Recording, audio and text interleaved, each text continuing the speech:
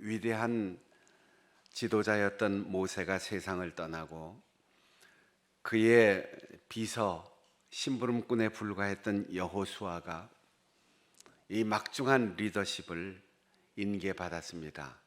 연수 기간이 있었던 것도 아니고 준비할 수 있는 차분한 계획적 리더십 이양이 아니었습니다.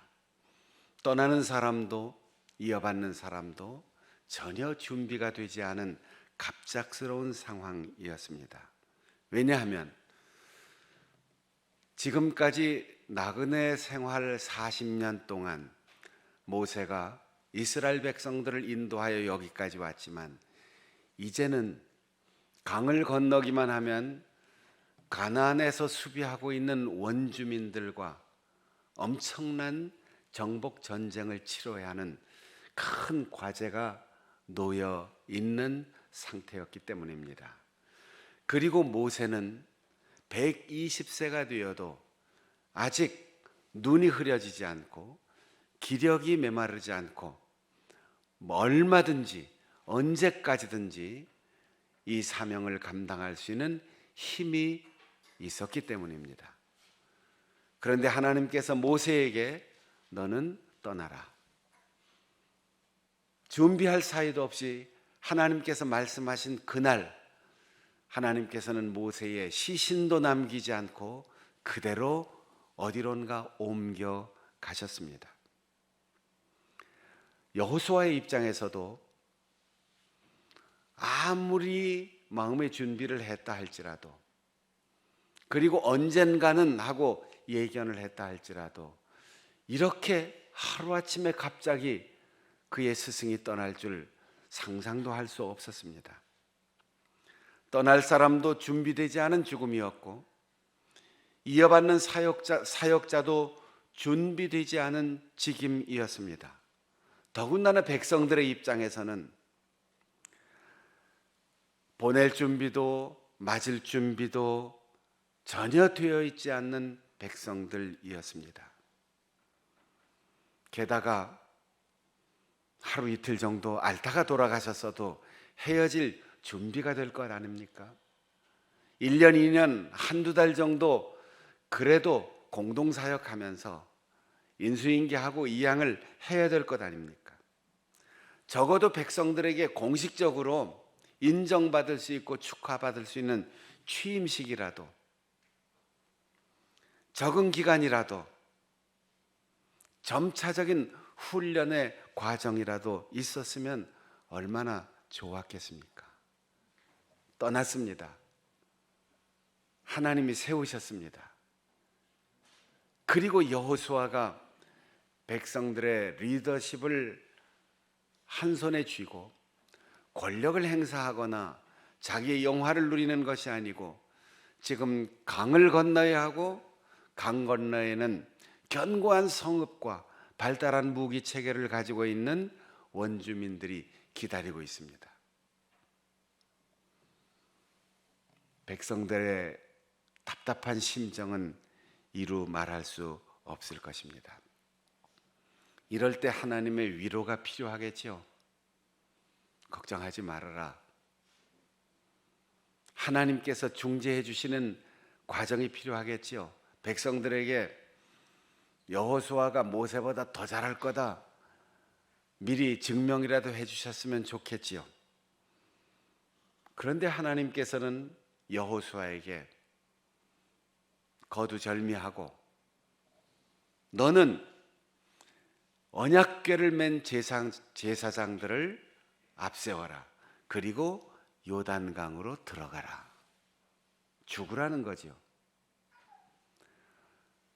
터무니없는 이야기, 이치에 닿지 않는 것, 조금의 불편함, 이것을 참지 못하고 백성들이 돌을 들어 모세를 쳐 죽이려고 한 일들을 수없이 목격한 여호수아입니다.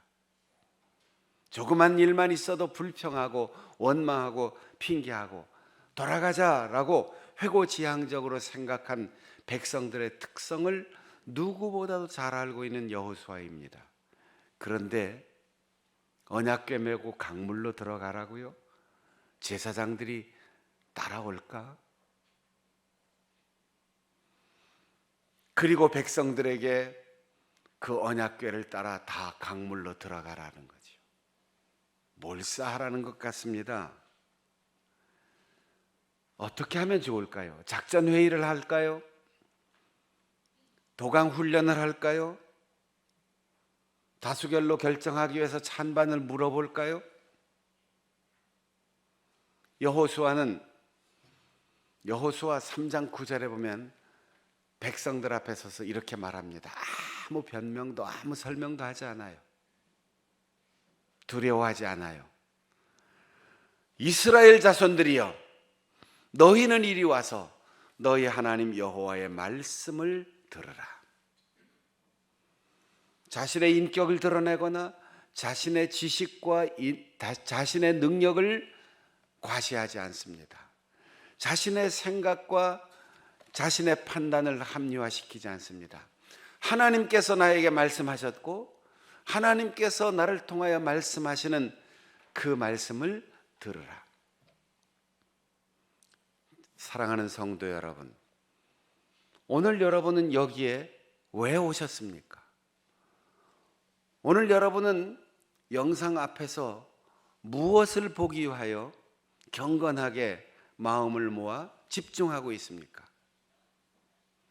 설교자가 무슨 유식한 이야기, 삶의 처세술, 지식을 여러분에게 전달할 것이라고 기대하십니까? 사람의 위로와 사람의 합리적인 설명이나 여러분을 이해하는 그런 너그러운 말을 기대하십니까? 공간이 주는 아늑함을 맛보기 위해서 오셨습니까? 그리웠던 사람 얼굴 보고 싶어서 오셨습니까? 교회에서 맛있는 점심을 주기 때문에 식사하러 오셨습니까? 아니면 그동안 답답해서 마음속에 묻어두었던 이야기들을 다 꺼내놓고 수다를 떨고 싶고 그래서 오셨습니까? 바라기는 오늘 여러분이 사람의 얼굴이나 사람의 음성이나 우리가 앉은 환경이나 내가 둘러앉은 우리 가족의 숫자 아무 상관없이, 영상의 질이나 음성의 질과 상관없이 하나님의 말씀을 들을 수 있기를 바랍니다. 여러분 모두가 사람의 소리가 아닌, 글이 아닌, 말이 아닌, 성경이 아닌 하나님의 말씀을, 하나님의 음성을 직접 들을 수 있기를 축복합니다. 바울 사도가 데살로니가 교회에 좋은 소식을 들었습니다. 잠깐 스쳐 지나가듯 복음을 전했지만 그곳에서 사랑으로 수고하고 마음껏 헌신하여 소망으로 인내하고 믿음으로 큰 일을 이루어 나가는 데살로니가 교회의 좋은 소식을 듣고 기뻤습니다. 그리고 그들에게 말하고 싶었습니다. 내가 그래도 가서 잘 설득했구나. 내가 거기 가길 잘했지. 이런 거 아니에요. 하나님의 말씀을 전했는데 그 하나님의 말씀이 싹이 나고 줄기가 올라오고 꽃이 피고 잎이 피고 열매를 맺었구나. 하나님 감사합니다. 그리고 하나님의 말씀을 더, 십자가의 복음을 더 전하고 싶은데 전할 길이 없어요. 그러니까 생각해낸 방법이 양피지를 펴고 붓을 들고 글을 쓰는 겁니다. 글이 아니에요. 편지가 아니에요. 생각의 표현이 아니에요. 그 글도 읽는 사람에게 하나님의 말씀인 것이지요. 형식은 바울의 편지였지만, 형식은 글이었지만 하나님의 말씀을 그들에게 전합니다. 첫 번째로 이렇게 말합니다. 당신들이 기억할 겁니다. 내가 당신들의 그 도시에 들어갔을 때, 그리고 그 외에 빌립보와 데살로니가와 베레아와 여러 지역을 순회하면서 내가 얼마나 힘들었는데, 내가 얼마나 애썼는데, 이 힘들고 고통스러운 복음 전도의 과정을 여러분이 다 보시지 않았습니까? 그런데도 나는 가능한 한 여러분의 집에 묵어서 폐를 끼치거나 여러분에게 경제적으로 나의 생계를 위해서 부담을 주지 않으려고 애를 썼습니다. 바울의 직업은 천막수선공이었습니다. 유대인들은 모두 하나씩 태어나면 가정에서 기술 교육을 시켜요. 절대로 남에게 얻어먹지 않도록 한 가지씩 기술 교육을 시키는데, 바울은 요즘으로 말하면 건축, 인테리어, 장식, 이런 천막 수선공이었습니다. 가죽을 무드질하고 예쁘게 만들고 목재를 다듬고 이런 것이 그의 직업이었는데, 복음 전하고 박해를 받고 밤잠을 자지 못하고 그러면서도 그는 이 일을 했어요. 왜냐하면 교회나 성도들에게 폐해를 끼치지 않도록. 요즘 우리가 파송하는 선교사들 중에 자기가 스스로 일해서 생계를 유지하면서 복음을 전하는 선교사들을 가리켜 텐트 메이커 선교사라고 그래요. 바울처럼 자기가 자기의 생계를 위해서 일하는 사람들, 그런 표현이죠. 힘을 다해 일하는 수고와 고난과 슬픔도 아랑곳하지 않은 애쓴 것, 밤낮으로 일하면서 복음을 전했습니다. 그가 더 잘 먹기 위해서가 아니에요. 더 편안하게 잠을 자기 위해서가 아닙니다. 고린도 전서 9장 5절에 보면 바울 사도가 고린도 교회에 보낸 편지에서 내가 베드로처럼 나도 아내를 데리고 함께 복음을 전하고 싶은 생각이 있지만, 그런 권한이 있지만 난 혼자 다닌다. 그래서 성사학자들은 아마 바울이 일찍 결혼했지만 혼자서 아내를 잃고 독신으로 사는 사람이었을 것이다, 그렇게 추측을 하는데, 어쨌든 자기는 권한이 있지만 그 권한을 쓰지 않는다. 예를 들어 소가 곡식을 떠는 연자맷돌을 돌릴 때 입에 망을 농부가 씌우지 않는 까닭은 짚을 먹을 수 있도록 하기 위함이 아니냐. 농부가 씨를 뿌리고 한 해 동안 가꾸었으면 가을에 결실을 거두는 것이 당연한 권리고, 성전에서 일하는 레위인과 제사장은 성전을 섬기는 것이 직업이 되어 제단과 함께 먹는 권한이 있지 않느냐.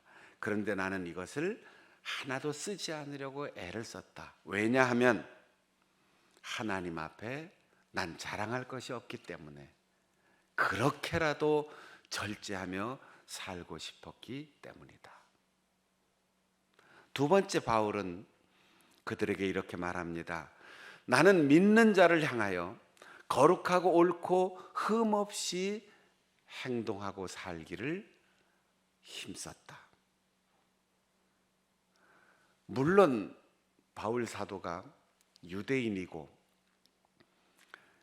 십자가의 예수님을 만난 그리스도인이며 평생을 경건하고 흠없게 살기를 힘쓴 바리새파 중에 바리새인, 유대인 중에 유대인이었지만, 그래서 모든 사람들이 볼 때 거룩하게 살기를 힘썼겠지만 특히 믿는 자를 향하여라고 했어요.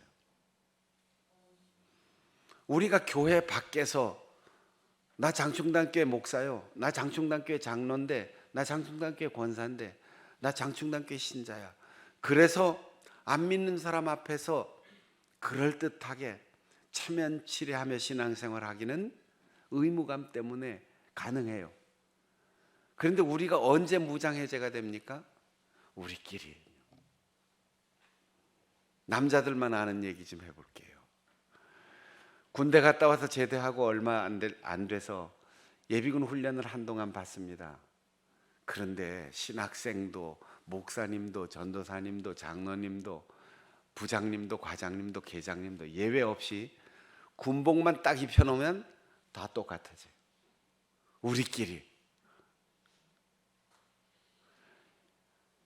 여러분, 사회에서 있었던 모든 것을 제복으로 딱 통일시켜 놓으면 이상하게 그렇게 감춰 놓았던 본질적인 기질과 습관이 다 나옵니다. 바울은 믿는 자를 향하여 거룩하게 살았다고 했어요.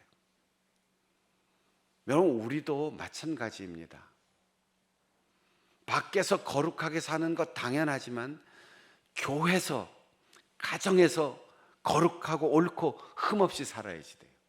가족들에게 존경받아야 돼요. 친한 친구에게서 신뢰를 받아야 돼요. 정말 그렇게 살아가고 있습니까, 우리가? 참 이상하지요? 목사가 목사님을 만나서 대화하다가 성경 말씀에 하나님 뜻대로 기도해야지 하는 얘기하기가 제일 어려워요. 저만 목사인가? 이러죠. 그러니까 우리 목사들끼리 모였을 땐 다 내려놓고 얘기하자. 이러기가 쉽단 말이에요. 우리 장로들끼리 모였으니까, 우리 권사들끼리 모였으니까 집사님하고 나하고만 알아. 권사님이니까 내가 얘기하는 건데 아무도 모르는 거야. 어떻게 우리끼리만 얘기할 수 있습니까? 어떻게 집사님하고 나만 알 수 있습니까? 하나님이 우리 가운데 계시는데 어떻게 집에서 가족들에게 무례히 행할 수 있습니까? 온 세상을 사랑하고 인류를 사랑하고 대한민국을 사랑하고 지역사회를 사랑한다고 하면서 자기 아내에게, 자기 남편에게, 자식에게, 부모에게, 형제에게 신뢰받지 못하는 사람이 어떻게 세상을 사랑할 수 있겠습니까? 우리의 신앙은 가정에서 검증받아야 되고 교회 안에서 검증받아야 하고 우리끼리 모였을 때 검증받아야 하고 그것이 세상을 향하여 흘러나가야 합니다. 우리끼리라고 무장해제하지 마세요. 영적인 일에 악한 영들은 우리끼리 모였을 때 도망가지 않습니다. 그 틈으로 들어오게 되어 있어요. 바울 사도는 데살로니가 교회의 믿는 자들을 향하여 나는 거룩하고 옳고 의롭게 살기를 힘썼다, 그렇게 고백하고 있습니다. 그리고 데살로니가 교회를 향하여 편지하면서 내가 자녀를 대하는 아버지의 마음으로 당신들에게 붓을 들었습니다. 그리고 거기에 있을 때도 나는 방문자, 지식인, 우월한 선교사, 우월한 목회자, 우월한 율법가로 여러분을 대한 것이 아니라 아버지의 마음으로 권면하고 위로하고 경계하였습니다. 우리가 부르는 복음 찬송에 이런 노래가 있어요. 아버지, 당신의 마음 있는 곳에 나의 마음이 있기를 원해요. 아버지, 당신의 눈물이 고인 곳에 나의 눈물이 고이길 원해요. 아버지, 당신이 바라보는 영혼에게 나의 두 눈이 향하길 원해요. 아버지, 당신이 울고 있는 어두운 땅에 나의 두 발이 향하길 원해요. 나의 마음이 아버지의 마음 알아 내 모든 뜻 아버지의 뜻이 될 수 있기를, 나의 온 몸이 아버지의 마음 알아 내 모든 삶 당신의 삶 되기를. 아들을 아낌없이 주신 하나님 아버지, 하루를 천년처럼, 천년을 하루처럼 기다리고 참으신 하나님 아버지, 그 아버지의 마음을 바울 사도가 가슴에 품었기에 이 길을 갈 수 있었던 것입니다. 바울이 어떤 사람입니까? 돌에 맞아 죽는 스데반을 보면서 눈도 하나 끔찍하지 않고 옆에서 옷을 지켜주고 거들어주던 참피동물과 같은 사람이었습니다. 그러니까 예수님을 만난 후에 그 눈에 파충류의 비늘이 떨어졌어요. 뱀과 같은 눈을 가진 사람이었습니다. 그것도 모자라서 체포영장, 구속영장을 받아서 다메섹까지 예수 믿는 사람을 체포하여 감옥에 넣고 더 죽이는 것이 하나님을 위한 일이라고 하는 잘못된 열심으로 나 하나 외에는 다 틀렸다, 다 잘못됐다, 나만 옳다, 나만 의롭다고 생각하는 사람이었습니다. 그런데 호련을 둘러 비치는 빛 속에서 내가 왜 나를 박해하느냐 말씀하시는 예수님을 만난 후 그의 눈에는 비늘이 벗겨져 나갔고 그의 가슴에는 율법사, 선생, 지식인 두 문화의 정체성 다 빠져나가고 하나님 아버지의 마음이 가득했습니다. 그래서 억울하게 감옥에 갇히고 매를 맞고 죽음의 위협을 당해도 다시는 쳐다보고 싶지 않은 그 데살로니가, 거기에 아팠던 추억보다는 사랑으로 거듭나 수고하는 성도들의 소식에 감사하고 기뻐하면서 붓을 들었던 거죠. 단 한 가지 이유입니다. 너희를 부르시고 하나님의 영광에 이르게 하려는 하나님께 그것이 합당한 것이기 때문에. 합당이란 말은 어울린다, 칭찬받는다 그런 뜻이에요. 하나님이 무엇을 좋아하십니까? 아버지께서 나에게 베풀어 주신 그 아버지의 마음을 갖고 살아가기를 원합니다. 다 다른 삶을 살고 다 삶의 환경을 따라서 우리의 표정과 말과 행동이 다 서로 다를 테지만 근본 우리 속에 있어야 할 마음은 아버지 하나님의 마음이어야 하고, 결국 우리의 사역과 우리의 삶을 통하여 하나님 앞에 설 때 하나님을 닮아서 그 옆에 서기에 어울리는 사람, 수고했다, 애썼다, 내 기대에 어긋나지 않았다, 그렇게 칭찬하시는 하나님 앞에 설 수 있도록 나는 그 길을 간다. 그 길을 우리 장충단교회 성도 여러분이 함께 걸어갈 수 있기를 바랍니다. 바울 사도는 끊임없이 내가 당신들을 생각할 때 감사한다 이렇게 말합니다. 왜냐하면 우리의 말을, 여기 바울 사도뿐 아니라 함께 동역하는 바울, 누가, 디모데 이런 동역자들이 있는데 우리의 말을 하나님의 말씀으로 받았다 그랬어요. 데살로니가 사람들이 바울의 말을 사람의 말로 들었으면 그들이 더 교양과 지식이 있었을 거예요. 상담자의 말로 들었다면 잠시 위로받았을 겁니다. 선생의 말로 들었다면 처세술이 늘었을 겁니다. 사람 취급하지 않고 귀담아 듣지 않았다면 시간 낭비였을 것입니다. 그냥 글이었다면 명언으로 남았을지도 모릅니다. 그러나 데살로니가 교회 성도들은 바울의 말을 하나님의 말씀으로 들었습니다. 그러니까 바울 사도가 말하는 거예요.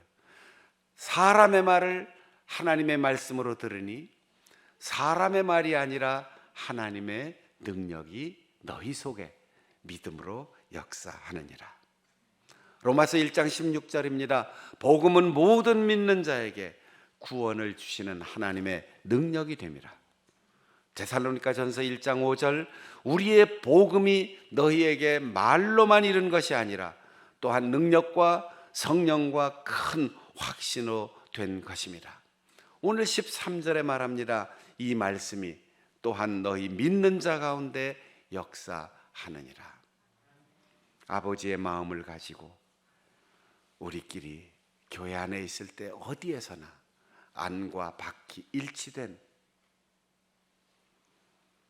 아버지의 마음으로 거룩한 삶을 살아가는 가운데 하나님께 어울리는 자녀, 예수 그리스도의 십자가 복음으로 무장된 어울리는 주님의 제자, 장충단 교회에서 하나님께서 기뻐하시고 주의 종들이 함께 기뻐하면서 그 말씀대로 살아가는 곳마다 만나는 사람마다 하는 일마다 하나님의 놀라운 능력과 기적이 나타나는 우리 성도들의 삶이 될 수 있기를 바랍니다.